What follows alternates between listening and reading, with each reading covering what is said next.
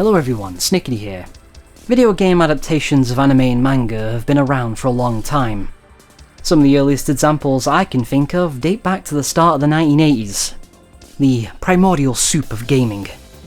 And as technology progressed, so too did game developers' potential to more accurately capture the work they were adapting. By the 5th generation, they were finally at a point where they could produce something of substance. It would always feel like a clip show of the source material, however, using it as a list of bullet points to string together a bunch of gameplay. Yeah, these type of games weren't typically known for their quality.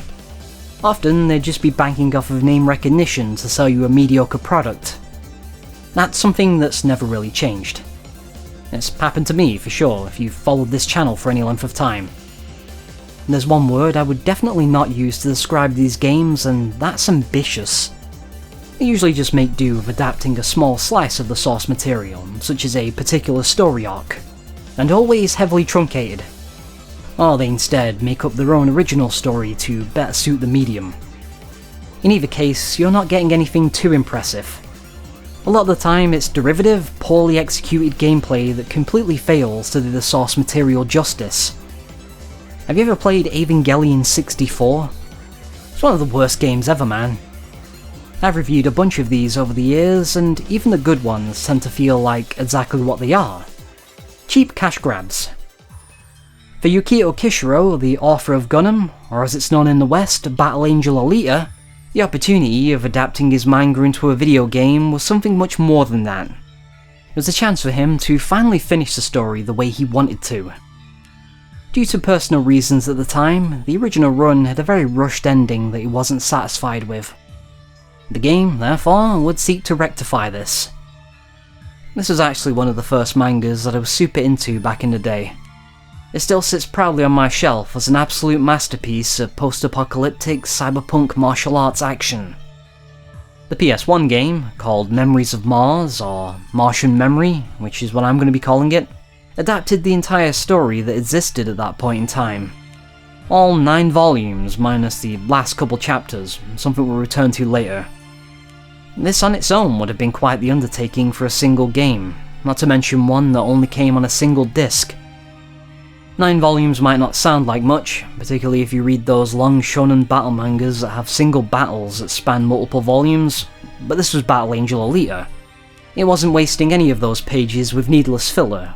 It was able to convey more story within its short 5-year run than most are able to over decades.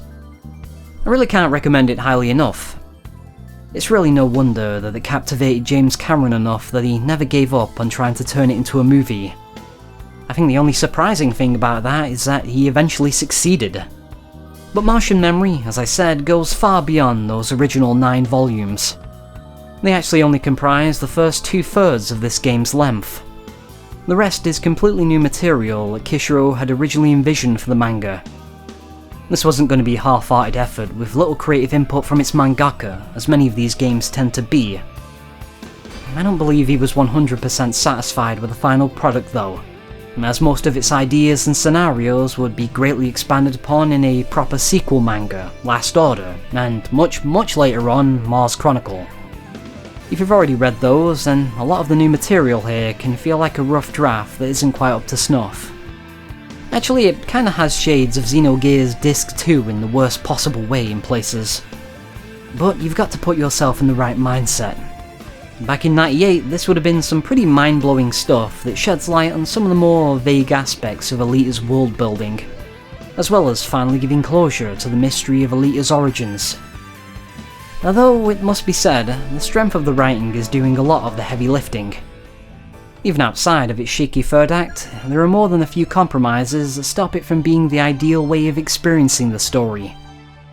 The lovely expressiveness of Kishiro's art and storytelling is being held back by the hardware limitations of the PSX, not to mention the obvious budgetary limitations too. The story can only really be told through text boxes and stiff character animations.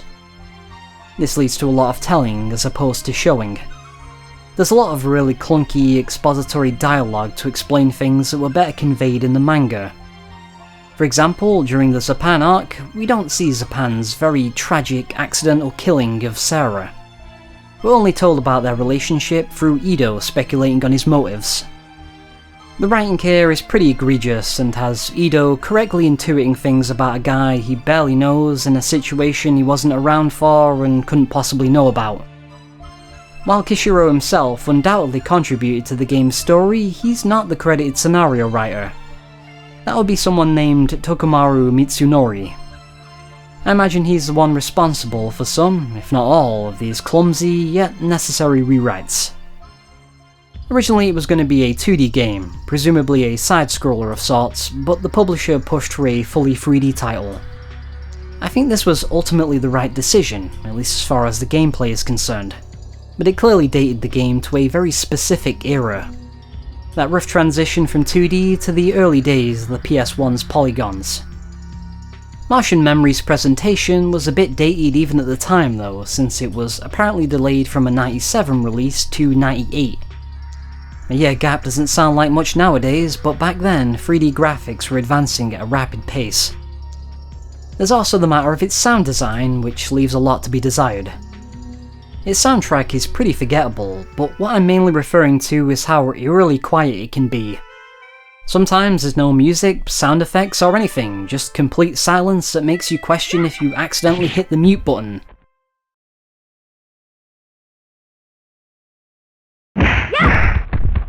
It kind of reminds me of the first Tomb Raider. But whereas in that game the silence adds a sense of alien stillness to the slumbering, undisturbed ruins that you're exploring, here it just makes it feel cheap. The scrapyard of Gunnm should be a bustling hub of all kinds of sounds and activity. I remember that the OVA had these horrible rumbling sounds from the tubes leading up to Zalem, acting as this constant reminder of its oppressive rule. No such creative audio treatment in this game, sadly. Occasionally though, it has the opposite problem. Really bad use of sounds. Namely, the horrible stock baby cry they use for little Kiyomi during the Makaku arc.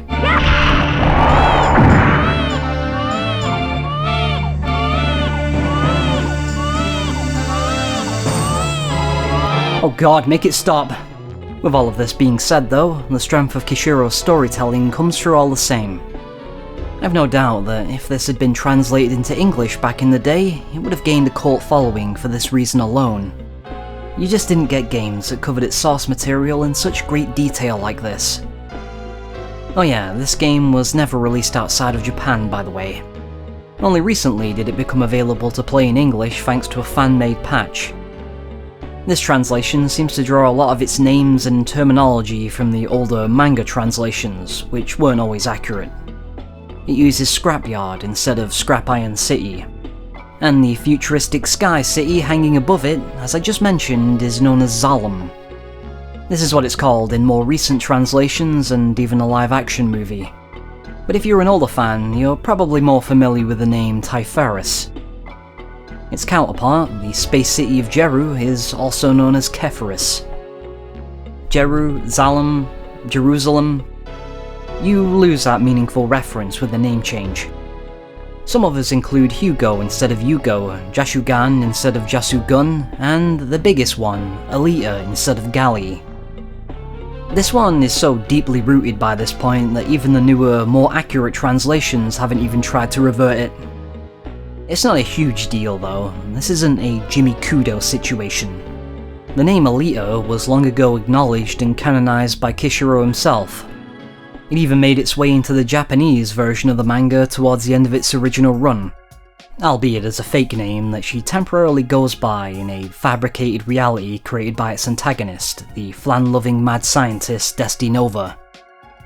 This might reveal something about Kishiro's feelings on the name, but regardless, it's in there.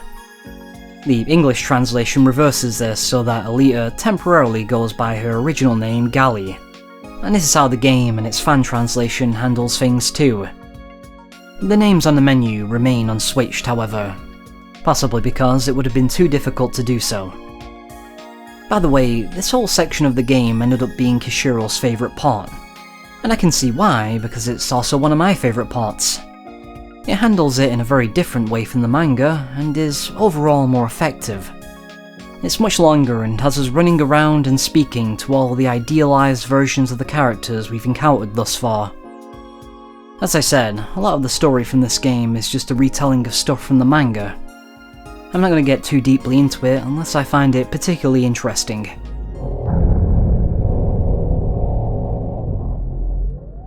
After Alita is found in the scrapyard by Dr. Ido, she decides to become a bounty hunter, a job she proves to be quite efficient at thanks to her instinctual knowledge of a lost form of cyborg martial arts known as Panzerkunst, of which she is the last surviving practitioner of. This is when the game actually opens up and gives you the freedom of visiting various places in the scrapyard and talking to its various low-poly inhabitants. It's a lot like an RPG. You're even able to return to Alita's room and rest to regain her health. There's a jump button that exists mainly for fun. It's something you press randomly while walking around because it's almost never used for any kind of platforming. The only instance I could think of comes from the late game when you have to jump over these rocks, and that's basically it. It exists in combat too, but is even less useful there. Battles aren't quite as high flying as they are in the manga. You can't actually fight enemies without first switching to battle mode with the select button. If any enemies are present, you'll automatically lock onto them. This of course works best when you only have to deal with a single foe, as things get a little more hectic when you're facing a mob. Let's get the worst aspect of the gameplay out of the way first. Target switching. It really needed to have a dedicated button. Instead, you have to press in the direction of an enemy twice for it to change, something that is hard to actually pull off in the heat of combat. It also doesn't help that there's no analog stick support either. So if an enemy is at an odd angle, you kinda just have to guess a direction if you want to switch to them. For the most part though, the lack of analog movement is not an issue. Alita has two dodge buttons for getting in and out of range. A short bob and weave and a much more dramatic dive. The combat is typical light and heavy attack combo mix and matching. There's some secret button combinations that aren't explained in the game itself, but are perhaps detailed in the manual that I don't have. R1 on its own goes unused, but can be pressed in combination with X to perform a leg sweep. Disappointingly, it can't be used to deal additional punishment to a downed enemy. They're protected by iframes, which leads to some waiting around for them to get back up. Triangle activates Alita's plasma attacks during the parts of the game where her body is equipped with it. But if you press it at the same time as circle, she does this, which is great for crowd control. I wish I'd discovered this one sooner. Pressing both square and X together does this flip. And I've saved the most interesting aspect of its battle system for last. The parry mechanic. That's right, Martian Memory is what we refer to nowadays as parry slap. If you press circle, there's a small window for you to parry any attacks that come your way. The type of parry that you use depends on the button you press during that small window immediately afterwards where they're staggered. It can be a regular combo or a plasma attack, provided you have enough plasma to do so. This is not something optional that's only here for you to style on enemies. It's at the forefront of the entire battle system and is straight up required for some of the tougher opponents you face, such as Jashugan, who can and will punish you with a parry of his own if you wildly button mash.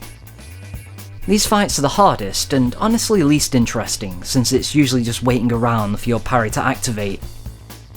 I'm also fairly sure that there are some attacks that you simply cannot parry, and since you don't know what attacks your opponents are going to use, it can just become a bit of a guessing game. Still, it without question fosters some of the coolest hype moments in the entire game. I remember when I was getting completely curb stomped by Mukaku until I swiftly ended the fight with several parries in a row. This, I find, is when the gameplay is at its best, when both approaches to combat are perfectly viable. I understand why the game often employs these boss fights where parrying is your only means of achieving victory though. They want you to use it, and they want to show you that you're not the only one who can.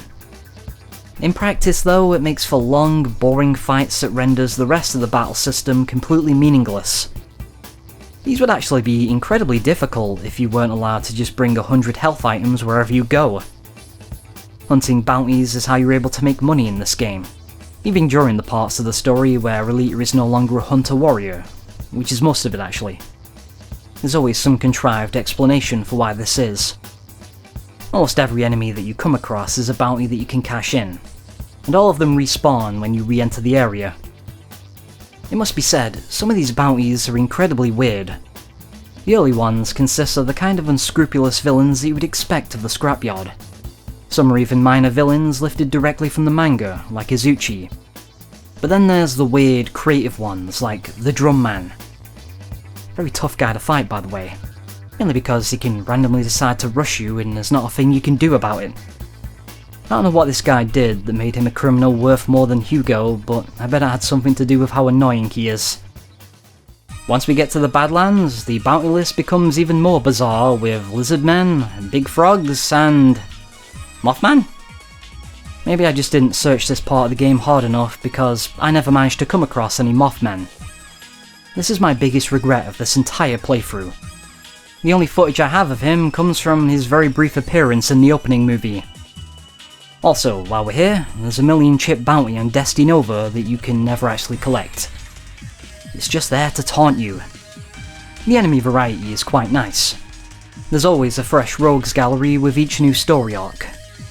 You can use the profits from your bounties to upgrade Alita's stats. Frustratingly though, this is directly tied to the body she has at any given point in the story. So every time her body changes, any money you might have invested into it goes down the drain. And as anyone who has read the manga can tell you, she changes her body a lot. It's always a straight upgrade in terms of stats, and you get it regardless of how many upgrades you purchased on the old one. Because of this, I would not recommend grinding in this game at all unless you're really struggling. It's just a big waste of time and effort otherwise. Then again, it's not like you have much else to spend your money on other than equipment, which is a very short list. You can buy new weapons, but it's not going to compare to Alita's Damascus blade, which she has with her for most of the game anyway. It's only really the parts slot that allows you to experiment with a unique playstyle. And sadly, there isn't much to choose from, especially early on. I use the energy detuner for much of my playthrough. It constantly drains your health and plasma in exchange for a significant damage boost, which is a bad loadout for any fight that has you waiting around to perform a parry. Towards the last act of the game, you gain access to the plasma unit, which halves your plasma usage. This is so good, I'm not sure why you would bother using anything else. With so little in the way of customizability, I'm hesitant to describe this as an RPG, even though I already did. It's more like a 3D brawler that has the story and pacing of an RPG. Make no mistake, this game is really long, over 25 hours in length in fact. That's insane, considering how basic its gameplay is. It's a pretty robust combat system, I would say, but it isn't exactly good enough to remain fresh after over 25 hours. Personally, I thought it was getting a bit stale around the halfway point. Regardless, it does a good job of varying things up so you don't get too fatigued. This happens as early as its second story arc when we get to one of the most famous aspects of Alita and one of my favourite parts. Motorball. How can you not love dystopian cyborg blood sports where you're much more likely to die than actually win the game? This concept could have made for an entire game in its own right, but even as a small part of a much larger game, it doesn't exactly have the level of depth that I would have liked. The game itself is barely represented at all. You don't even have the option of winning by taking possession of the ball and bringing it to the finish line. I mean, they always end up fighting to the death anyway, but it is actually possible. As shown here, when Teagle gets his much-deserved W. It's not even a race is what I'm saying. You either wipe out all of your opponents before the timer expires, or you just lose.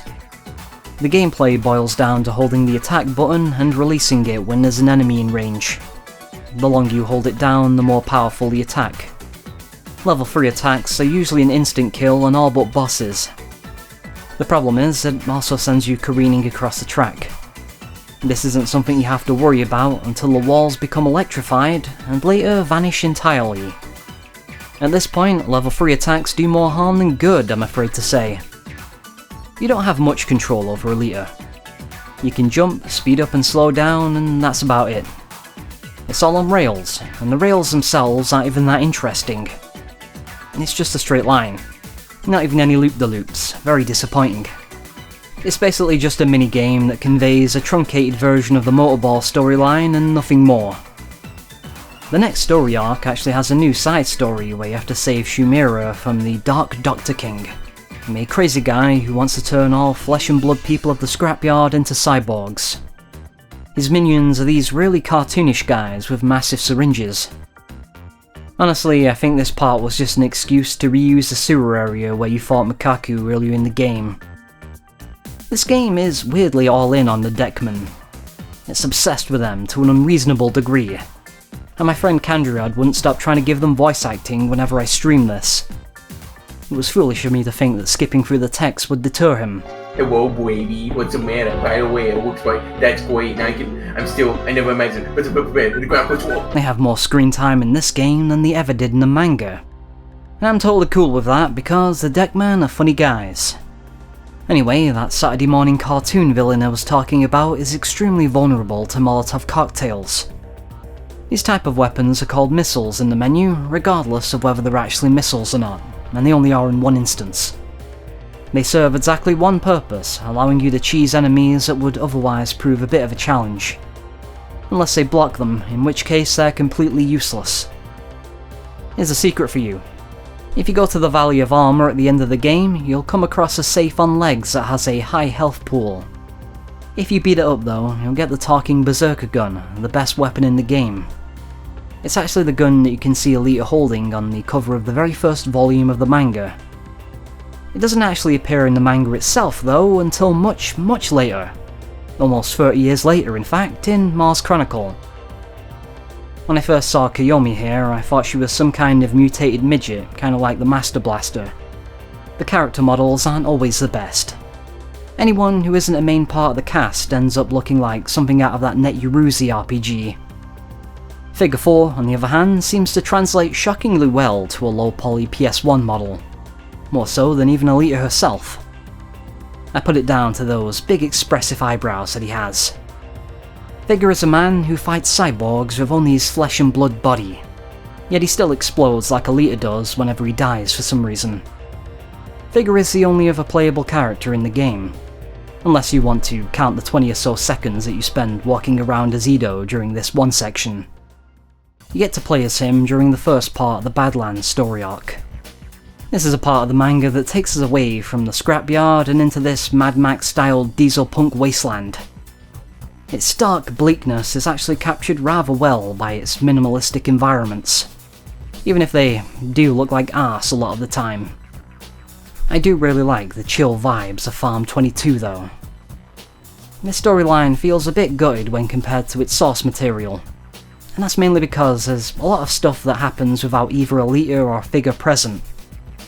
For example, the ultimate demise of the Barjack Rebellion happens completely off-screen, as does a lot of the stuff involving its leader, Den, the massive centaur samurai-looking bloke. He's one of the 3 villains in this game that you face not in regular combat, but as a sort of gimmick fight with its own set of mechanics. You have to find the right moment to shoot him with a solenoid quench gun. I found this to be one of the more annoying fights in the game because of the unpredictability and odd hit detection of Den's attacks.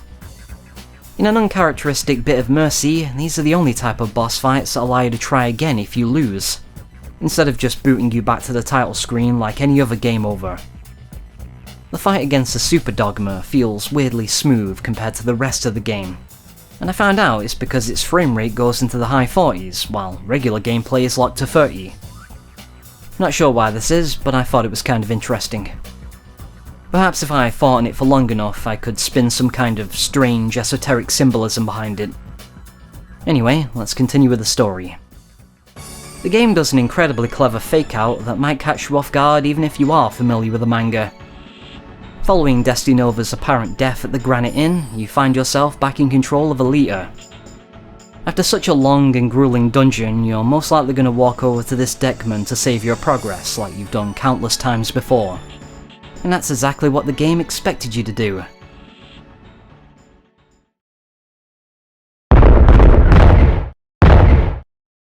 Just as Nova took advantage of Alita's compassion in the manga, he takes advantage of our trust of the Deckman. It's one of the few changes that actually uses the video game medium to enhance the story rather than take away from it. At any rate, this is the exact point in the manga where Last Order begins. the next few chapters of the original manga are ignored and rendered non-canon. The game's version of events actually takes a lot of elements from those last few chapters though, only rarely diverging when the characters arrive at the Super Dogma room. Oh wait, I have something. The 30 FPS cap represents the barrier that's been placed on the old world by Jeru. Alita has finally broken through it to the world above, or something like that. The most annoying part of this section is that you lose all of the missiles you had in your inventory, with the exception of Molotov cocktails for whatever reason.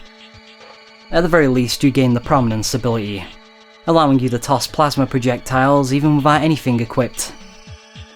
We've now reached the space story arc, the most interesting part of the story for anyone playing back then and now. The funny thing about this part of the game is that it has the opposite problem that many had with its Last Order counterpart. It's far too fast-paced and just becomes a series of plot points without much connecting tissue. A very early version of the Zenith of Things tournament happens here with the Space's Greatest Fighting Tournament, which Alita only enters so she can win the memory brain cartridge of some mysterious fat android. It's a pretty flimsy reason, to be quite honest. This character is introduced, becomes Alita's enemy, becomes Alita's ally, and then is killed off in the space of about an hour or two. The main villain is also a bit of a wishy-washy presence that just sort of comes out of nowhere towards the end and doesn't have much in the way of depth. I could be talking about this guy or the other surprise villain that shows up right near the end. They both kind of have the same issue. It's more than a tad disappointing considering how good Kishiro's villains usually are. It becomes very apparent when we have Nova himself so prevalent throughout the game. His funny dynamic with Alita during the latter half is definitely the highlight as far as the writing goes. Nothing new is introduced in terms of gameplay mechanics, but the enemy variety continues to keep things interesting. The tournament itself has some pretty fun boss fights, aside from the final one against the Warman from Jupiter. Probably the worst fight in the entire game for reasons that I think are self-explanatory from the footage on screen. It doesn't play to any of the strengths of the combat mechanics and is just frustrating. One aspect that the game does do quite well is presenting all of the contrasting ideologies and relationships between the different evolutions of humanity from other planets. It's all there as optional flavor text that doesn't detract too much from the main narrative. Interestingly, the term Last Order is used here, but in a completely different context than how it would eventually be used in the manga of the same name. For people back in the 90s, this would have been the continuation of the storyline that they never got to see in manga form. But nowadays, it's become something else entirely. This strange, early, alternate version of the storyline that goes about things in a very different way. There's parts of it that are recognisable. We have early appearances from characters such as Hopper and Queen Lemira, but they may as well be different characters that share the same name. The very last part of the story, where Alita goes to Mars, also gives us a very different version of Mars Chronicle, a manga that wouldn't even exist for another 20 years when this was released. It was like getting a glimpse into the future. I find that really cool and interesting, but it's also this aspect that makes it a hard sell nowadays. Its main appeal has mostly been rendered obsolete by the life's work of Kishiro himself. I struggled to write this video in a way that allowed this game to stand on its own apart from the manga, and I think that's because it was never really intended to. It's a game that is much less interested in being a great game as much as it is a continuation of its source material. I can see why Kishiro ultimately decided to retell it in its original medium. It's definitely more suited to his writing style. Despite its flaws though, it's still a shining example of an actually good video game based on a manga, not just for its time, but in general. When I got to the last area on Mars, around 20 something hours in, I could almost believe that I wasn't even at the halfway point. It truly captures the feeling of an epic spanning time and space, something that I don't think most JRPGs are even able to convey so effectively. For better or worse, Kishiro was firing on all cylinders to give this story the conclusion he felt it deserved. He wanted to get those ideas out there, exercise them from his brain. Effective execution be damned. The fact that it had some actual passion behind it is probably the main ingredient that made it much more than just a cash-in title.